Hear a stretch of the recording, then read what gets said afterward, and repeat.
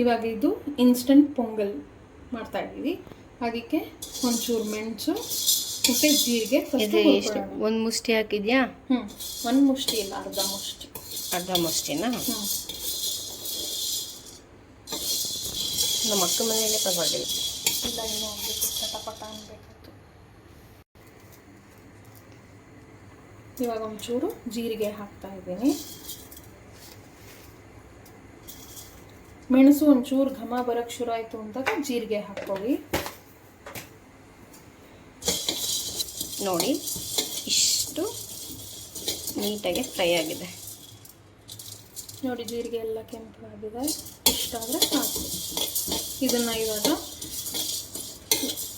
ಕುಟಾಣಿನಲ್ಲಿ crush ಮಾಡ್ಕೊಳ್ಳೋರು ಮಾಡ್ಕೋಬೋದು, ಇಲ್ಲಾಂದರೆ ಮಿಕ್ಸಿಗೆ ಹಾಕಿ ಮಾಡ್ಕೊಳ್ಳೋದು. ಮಿಕ್ಸಿಗೆ ಹಾಕಿದ್ರೆ ಫುಲ್ಲು ಪುಡಿ ಬೇಡ, ನೈಸಾಗಿ ಮಾಡ್ಕೋಬೇಡಿ, ತರತರಿಯಾಗಿ ಮಾಡಿಕೊಂಡ್ರೆ ಅದಕ್ಕಿಂತ ಕುಟಾಣಿಗೆ ಹಾಕಿ ಚೆನ್ನಾಗಿ ಕುಟ್ಟಿ ಅಷ್ಟೇ. ನಿಮ್ಗೆ ಯಾವ ಥರ ದಪ್ಪ ಬೇಕಾ ಕಾಳು ಅಥವಾ ನಾರ್ಮಲಾಗಿ ಇದ್ದಂಗೆ ಮಾಡ್ಕೋಬೇಕಾ ಕುಟ್ಕೊಂಡು ಇದು ಮಾಡ್ಕೊಳ್ಳಿ. ತೆಗೆದು ಅದಕ್ಕೆ ಹಾಕೊಳ್ಳಿ. ಈಗ ನೋಡಿ, ಬೆಳ್ಳುಳ್ಳಿ ಆಲ್ಸೋ ಆಪ್ಷನಲ್. ನೀವು ಬೆಳ್ಳುಳ್ಳಿ ತಿನ್ನೋದಾದರೆ ಬೆಳ್ಳುಳ್ಳಿ ಹಾಕ್ಕೊಳ್ಳಿ, ಬೇಡ ಅನ್ನೋರು ಸ್ಕಿಪ್ ಮಾಡ್ಬೋದು. ನಮ್ಮ ಮನೆಯವ್ರಿಗೆ ಬೆಳ್ಳುಳ್ಳಿ ತುಂಬ ಇಷ್ಟ, ಅದಕ್ಕೆ ಬೆಳ್ಳುಳ್ಳಿ ಹಾಕ್ತಾ ಇದ್ದೀನಿ.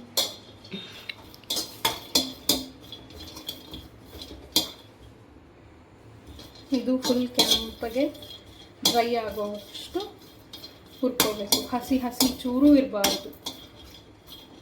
ಹಸಿ ಇದ್ದರೆ ಸ್ಟೋರ್ ಮಾಡೋಕ್ಕಾಗಲ್ಲ ತುಂಬ ದಿನ.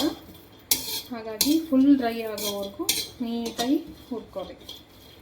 ಇದಕ್ಕೂ ಎಣ್ಣೆ ತುಪ್ಪ ಏನೂ ಹಾಕಿಲ್ಲ, ನಾನು ಡ್ರೈ ರೋಸ್ಟ್ ಮಾಡ್ತಾರೆ. ನೋಡಿ, ಈಗ ಫ್ರೈ ಆಗ್ತಾಯಿದೆ. ಇನ್ನೂ ಫ್ರೈ ಮಾಡ್ಕೊಬೇಕು ಚೆನ್ನಾಗಿ. ಪರವಾಗಿಲ್ಲ ನೋಡಿ, ಇಷ್ಟು ಹುರಿದಿದ್ರೆ ಸಾಕು. ಇದನ್ನು ಮೆಣಸು ಜೀರಿಗೆ ಜೊತೆ ಹಾಕಿ ಪುಡಿ ಮಾಡಿಕೊಂಡು ಆಮೇಲೆ ಇನ್ನೊಂದು ಸಲ ಒಗ್ಗರಣೆ ಹಾಕ್ಬೇಕಾದ್ರೆ ಫ್ರೈ ಮಾಡಿಕೊಂಡ್ರೆ ಚೂರು ಪಾರು ಏನಾದರೂ ಹಸಿ ಇದ್ದರೆ ಅವಾಗ ಮತ್ತೆ ನೀಟಾಗಿ ಫ್ರೈ ಮಾಡ್ಕೊಳ್ತೀವಲ್ಲ, ಅವಾಗ ಸರಿ ಹೋಗುತ್ತೆ.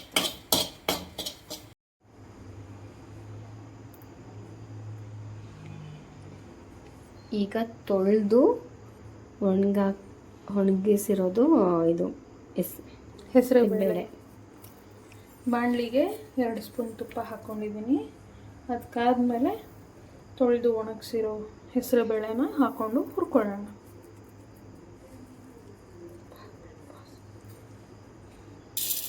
ಈಗ ತುಪ್ಪ ಎಲ್ಲ ಕಾದಿದೆ.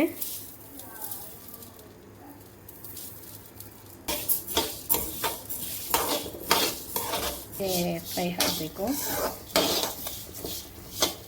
ಅಕ್ಕಿನೂ ಸೇರಿಸ್ತಾ ಇದ್ದಾರೆ. ಅದು ತೊಳೆದು ಒಣಗಿಸಿರೋ ಅಕ್ಕಿ.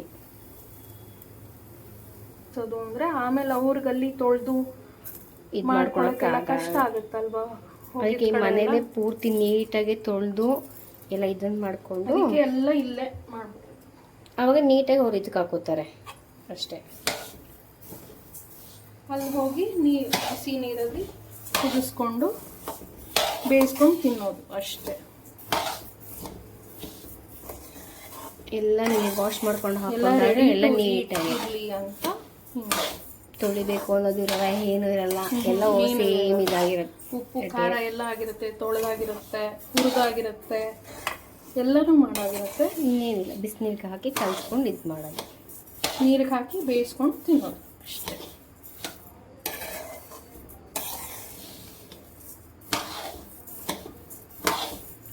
ನೀವು ಚೆನ್ನಾಗಿ ಬಾಡಿಸ್ಕೊಳ್ಳೋಣ. ಸ್ವಲ್ಪ ಕಮ್ಮಿ ಉರಿನಲ್ಲೇ ಹುರ್ಕೊಳ್ಳಿ. ಮೀಡಿಯಮ್ ಫ್ಲೇಮಲ್ಲೇ. ಜಾಸ್ತಿ ಮಾಡಿಕೊಂಡ್ರೆ ಸೀದೋದಂಗೆ ಆಗೋಗುತ್ತೆ. ಕಮ್ಮಿನಾಗಿ ಹುರ್ಕೊಂಡ್ರೆ ಬೇಗ ಡ್ರೈಯೂ ಆಗುತ್ತೆ, ಈವನಾಗಿ ಹುರಿಬೋದು ಚೆನ್ನಾಗಿ. ಕೆಂಪಗಾಗೋಷ್ಟು ಹುರಿಯೋಣ. ಇದು ಹಸಿ ವಾಸನೆ ಎಲ್ಲ ಹೋಗೋವರೆಗೂ. ಇದಕ್ಕೆ ತುಪ್ಪ ಹಾಕಿ ಚೆನ್ನಾಗಿ ಇದಾಗಿರೋದು ಫ್ರೈ ಮಾಡಿರೋದ್ರಿಂದ ನೀಟಾಗಿ ಎಲ್ಲದಕ್ಕೂ ಇದಾಗುತ್ತೆ. ಅಕ್ಕಿಗೂ ಮತ್ತು ಬೇಳೆಗೆಲ್ಲ ನೀಟಾಗಿ ಹೊಂದ್ಕೊಳುತ್ತೆ. ಬೇಳೆನೂ ನೋಡಿ ಆಲ್ಮೋಸ್ಟ್ ಆಗಿದೆ ಎಲ್ಲ. ಇವಾಗ ಅಕ್ಕಿ ಜೊತೆ ಇನ್ನೊಂದು ಚೂರು ಹುರಿದ್ರೆ ಅದು ಸರಿ ಹೋಗುತ್ತೆ.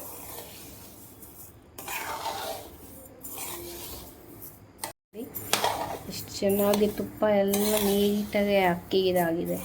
ಬೇಳೆ ಹಾಕಿವೆ. ಚೂರು ಕಾಣ್ತಲ್ಲ ತುಪ್ಪ ಹಾಕಿದ್ದೀವಿ ಅಂತ, ಅವಾಗ ಕಾಣ್ತಿತ್ತು. ಈಗ ನೋಡಿ ಲೋ ಫ್ಲೇಮಲ್ಲೇ ಚೆನ್ನಾಗಿ ನೀಟಾಗಿ ಹುರಿಬೇಕು. ಸ್ಟೋರ್ ಮಾಡೋದ್ರಿಂದ ಮೇನ್ ಇರೋದೇ ಇದರಲ್ಲಿ ಹುರಿಯೋದು. ಸರಿಯಾಗಿ ಹುರಿದಿಲ್ಲ ಅಂದರೆ ಅದು ಹಸಕ್ಲು ವಾಸನೆ ಬಂದ್ಬಿಡುತ್ತೆ. ಆಮೇಲೆ ಮಾಡ್ಕೊಂಡು ತಿನ್ನೋದು ಕಷ್ಟ ಆಗುತ್ತೆ. ಎಷ್ಟು ದಿನ ಸ್ಟೋರ್ ಮಾಡ್ತೀರೋ ಅದಕ್ಕೆ ಚೆನ್ನಾಗಿ ಹುರಿಬೇಕು. ಹುರಿದಷ್ಟು ನೀವು ಜಾಸ್ತಿ ದಿನ ಸ್ಟೋರ್ ಮಾಡ್ಕೋಬೋದು. ನೋಡಿ ಹೀಗಾಗಿದೆ ಎಲ್ಲ ನೀಟಾಗೆ. ನಿಮಗೆ ಇದು ಟೆಕ್ಸ್ಚರಲ್ಲಿ ಗೊತ್ತಾಗ್ತಿಲ್ಲ ಅಂದರೆ ಘಮ ಬರುತ್ತೆ, ಒಳ್ಳೆ ಪರಿಮಳ ಬರುತ್ತೆ. ಆ ಪರಿಮಳ ಬರೋವರೆಗೂ ಹುರಿಬೇಕು. ಆವಾಗ ಸಾಕು ಅಂತ ಹೇಳಿ ಇಳಿಸ್ಬೋದು. ಹಸಿ ವಾಸನೆ ಅಂತೂ ಬರಬಾರ್ದು. ಈ ಅಕ್ಕಿದು ವಾಸನೆ ಬರುತ್ತಲ್ಲ ಅದು ಹೋಗಬೇಕು. ಯಾಕೆಂದರೆ ಒಂದು ತಿಂಗಳ ತನಕ ಅದನ್ನ ಇಡೋ ಕಾರಣ ಅದು ಹಾಳಾಗೋಗ್ಬಾರ್ದು ಅಂತ ಚೆನ್ನಾಗಿ ಹುರಿತೀರೋ ಅಷ್ಟು ಚೆನ್ನಾಗಿ ಅಷ್ಟು ದಿನ ಇರುತ್ತೆ ಅಂತ. ಹಂಗಂತ ತೀರಾ ಸೀದೋಗೋ ಹಾಗೂ ಹುರಿಬಾರ್ದು. ಪೂರ್ತಿ ಲೋ ಫ್ಲೇಮಲ್ಲೇ ಫ್ರೈ ಮಾಡ್ಕೊಳ್ಳಿ. ಮಾತ್ರ ಎಲ್ಲ ನೀವು ಟ್ರಿಪ್ಗಳಿಗೆಲ್ಲ ಹೋಗ್ತೀರಾ ಅಂದರೆ ಮಕ್ಳನ್ನ ಕರ್ಕೊಂಡು ಹೋದಾಗ ನೀವು ರೈಸ್ಗಳು ತಿನ್ನಿಸ್ಬೇಕು ಅಂದಾಗ ಈ ಥರ ಮಾಡ್ಕೊಂಡು ಹೋಗಿ ಬಿಸಿನೀರಲ್ಲಿ ಚೆನ್ನಾಗಿ ಕುದಿಸ್ಬಿಟ್ಟು ಎಲ್ಲ ಬರೀ ಅಷ್ಟೇ ಎಲ್ಲ ಒಗ್ಗರಣೆ ಎಲ್ಲ ಹಾಕಿರೋದ್ರಿಂದ ಆರಾಮಾಗಿ ಮಕ್ಳಿಗೂ ತಿನ್ನಿಸ್ಬೋದು. ನಿಮಗೆ ಸಾಫ್ಟಾಗಿ ಬೇಕಾದ್ರೂ ಮಾಡ್ಕೊಳ್ಬೋದು. ಹೋಟೆಲಲ್ಲಿ ಆಚೆ ಈಚೆ ತಿನ್ನಿಸೋದು ಮಕ್ಕಳಿಗೆ ಸೆಟ್ ಆಗಲ್ಲ ಅಲ್ವಾ. ಆಮೇಲೆ ಮನೆ ಊಟ ತಿನ್ನೋರು ಹೊರಗಡೆ ಊಟ ತಿನ್ನಲ್ಲ ಅನ್ನೋರ್ಗೂ ಇದು ಒಳ್ಳೆ ಇದಿದೆ.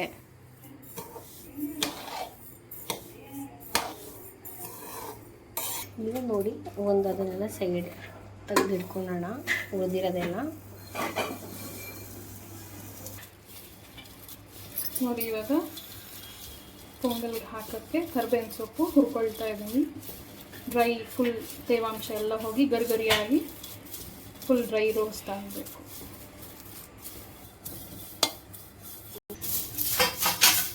ನೋಡಿ ಆಗಿದೆ. ಏನೋ ಒಂದು ಸೈಡ್ ತೆಗೆದಿಟ್ಕೊಳ್ಳೋಣ. ನೋಡಿ ಇದು ಸೌಂಡು ಗರಿಗರಿಯಾಗಿ ಈ ಥರ ಸೌಂಡ್ ಬರಬೇಕು ಮುಟ್ಟದ ಅಷ್ಟಾಗಿದ್ರೆ ಸಾಕು. ಇವಾಗ ಇದನ್ನು ಆಫ್ ಮಾಡಿ ತೆಗೆದಿಟ್ಕೊಂಡು ಒಗ್ಗರಣೆ ಹಾಕೋಣ. ಈಗ ನಾನು ತುಪ್ಪದಲ್ಲಿ ಒಗ್ಗರಣೆ ಹಾಕ್ತಾ ಇದ್ದೀನಿ. ನಿಮ್ಮ ಆಪ್ಷನ್ಸ್, ಎಣ್ಣೆಲಾದರೂ ಹಾಕ್ಬೋದು, ತುಪ್ಪ ಹಾಕಿದ್ದೆ. ಹಚ್ಚು ಒಂದು 5 ಸ್ಪೂನ್ ಹಾಕಿದ್ದೀನಿ. ಚಿಕ್ಕ ಸ್ಪೂನಲ್ಲಿ 5 ಸ್ಪೂನ್ ಹಾಕಿದ್ದೀನಿ. ಇಲ್ಲಾಂದರೆ 2 ಅರ್ಧ ಹಾಕ್ಕೋಬೋದು. 2 ಸ್ಪೂನ್ ತುಪ್ಪ 2 ಸ್ಪೂನ್ ಎಣ್ಣೆ ಆ ಥರನೂ ಹಾಕ್ಕೋಬೋದು. ತುಪ್ಪ ಕಾದ್ಮೇಲೆ ಸಾಸಿವೆ,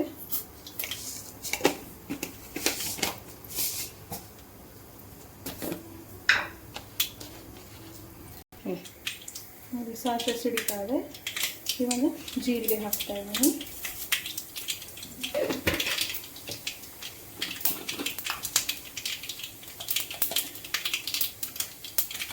ಒಂಚೂರು ಅರಶಿನ,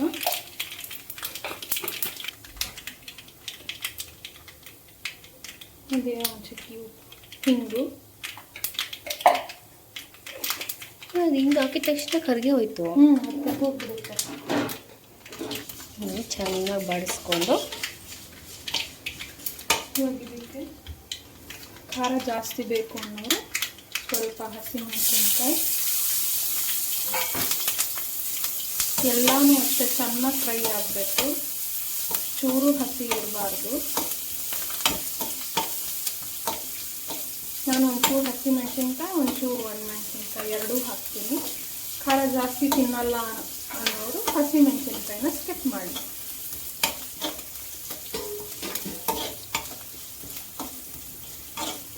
ಕಡಲೆಬೇಳೆ, ಉದ್ದಿನಬೇಳೆನ ಹಾಕ್ತೀವಿ.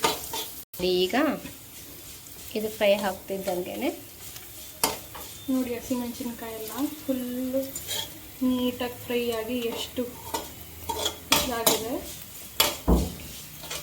ಇವಾಗ ಒಂಚೂರು ಮೆಣಸಿನ್ಕಾಯಿಯು ಹಾಕ್ತಾ ಇದ್ದೀನಿ. ನಾನು ಒಂದು ಮೆಣಸಿನ್ಕಾಯಿ ಹಾಕಿ ಚೆನ್ನಾಗಿ ಬಾಡಿಸ್ಕೊತಾ ಇದ್ದಾರೆ.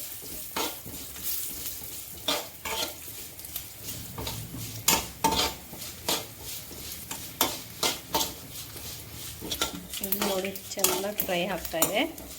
ನೋಡಿ ಇಷ್ಟು ಫ್ರೈ ಆದರೆ ಸಾಕು. ಇವಾಗ ಆಗಲೇ ಹುರಿದಿಟ್ಕೊಂಡಿದ್ವಲ್ಲ ಮೆಣಸು ಜೀರಿಗೆ ಬೆಳ್ಳುಳ್ಳಿ, ಅದನ್ನು ಪುಡಿ ಮಾಡಿ ಇಟ್ಕೊಂಡಿದ್ದೀನಿ, ಅದನ್ನು ಹಾಕಿ ಮಿಕ್ಸ್ ಮಾಡೋಣ.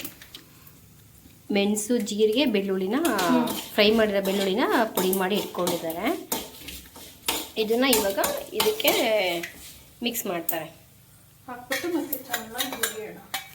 ಸೊ ದಟ್ ಒಂಚೂರು ಇರಿ ಇವಾಗ ರುಬ್ಬಿರೋದೆಲ್ಲ ಹಾಕ್ಕೊಂಡಿದ್ದೆ. ಬೆಳ್ಳುಳ್ಳಿ ಅಕಸ್ಮಾತ್ ಏನಾದರೂ ಪೂರ್ತಿ ಫ್ರೈ ಆಗಿಲ್ಲ ಅಂತಂದರೆ ಈ ಟೈಮಲ್ಲಿ ಅದರದ್ದು ತೇವಾಂಶ ಎಲ್ಲ ಹೋಗಲಿ ಅಂತ ಮತ್ತೆ ಇನ್ನೊಂದ್ಸಲ ಹಾಕ್ಕೊಂಡು ಫ್ರೈ ಮಾಡೋದು ನೀಟಾಗಿ. ಒಂದು 2 ನಿಮಿಷ ಫ್ರೈ ಮಾಡಿದ್ರೆ ಸಾಕು ಇದು, ಯಾಕೆಂದ್ರೆ ಆವಾಗಲೂ ಫ್ರೈ ಮಾಡಿರ್ತೀವಲ್ಲ ಎಲ್ಲನೂ. ಒಂದು 2 ನಿಮಿಷ ಫ್ರೈ ಮಾಡಿ ಆಗಲೇ ಹುರ್ಕೊಂಡಿರೋ ಅಕ್ಕಿ ಹೆಸರುಬೇಳೆ ಹಾಕಿ ಮಿಕ್ಸ್ ಮಾಡಿ ಇಟ್ಬಿಡೋಣ. ನೋಡಿ ಇವಾಗ ಫ್ರೈ ಮಾಡಿರೋಲ್ಲ ಅಕ್ಕಿ ಮತ್ತು ಬೇಯ್ದ ಬೇಳೆ ಪೂರ್ತಿ ಎಲ್ಲನೂ ಆ ಮಸಾಲೆಗೆ ಮಿಕ್ಸ್ ಮಾಡೋಕ್ಕೆ ಅಂತ ಹಾಕ್ತಾಯಿದ್ದಾರೆ.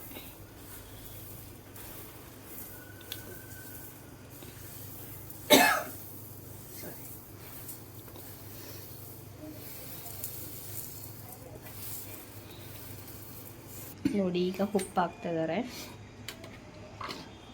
ನೋಡಿ ಈಗ ಉಪ್ಪನ್ನ ಇವಾಗೆ ಸೇರಿಸ್ತಾ ಇದ್ದಾರೆ.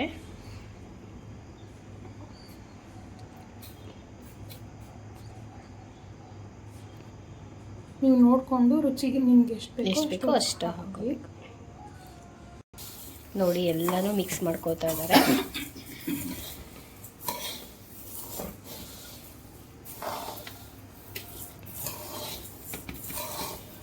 ಒಂಥರ ಘಮನೇ ಡಿಫ್ರೆಂಟಾಗಿ ಬರ್ತಾ ಇದೆ.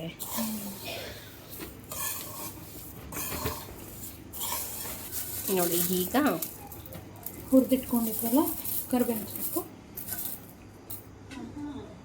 ನೋಡಿ ಎಲ್ಲ ಎಷ್ಟು ನೀಟಾಗಿ ಕಲಿಸಿದ್ದಾರೆ.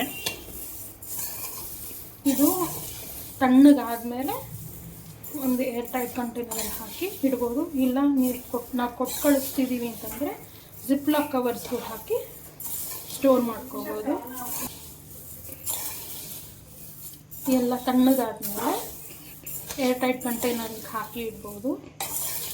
ಫ್ಲೈಟಲ್ಲಿ ತೊಗೊಂಡು ಹೋಗೋದು ಅಂತ ಅಂದರೆ ನಾವು ಜಿಪ್ಲಾಕ್ ಕವರ್ಸ್ಗೆ ಹಾಕಿ ಚೆನ್ನಾಗಿ ಸೀಲ್ ಮಾಡಿ ಕೊಟ್ಟು ಕಳಿಸ್ಬೋದು. ಅವರಲ್ಲಿ ಫ್ರಿಡ್ಜಲ್ಲಿ ಇಟ್ಕೊಳ್ತಾರೆ.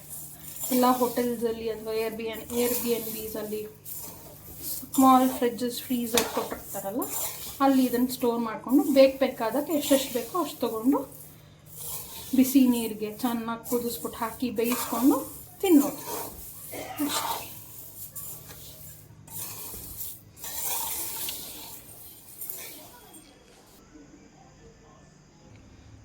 ಲಾಸ್ಟಲ್ಲಿ ಒಂಚೂರು ಅವಾಗೆ ನಾವು ಹುರಿದಿಟ್ಕೊಂಡಿದ್ದೆ ಕೊಬ್ಬರಿ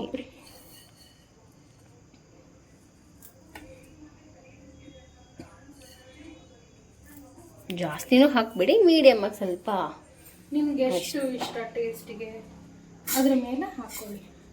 ನಮ್ಮ ಮನೆಯಲ್ಲಿ ತೆಂಗಿನಕಾಯಿ ಕೊಬ್ಬರಿ ಎಲ್ಲ ಜಾಸ್ತಿ ಇಷ್ಟಪಡ್ತಾರೆ, ಅದ್ರ ತಕ್ಕಂತೆ ನಾನು ಹಾಕ್ತಾಯಿದ್ದೀನಿ.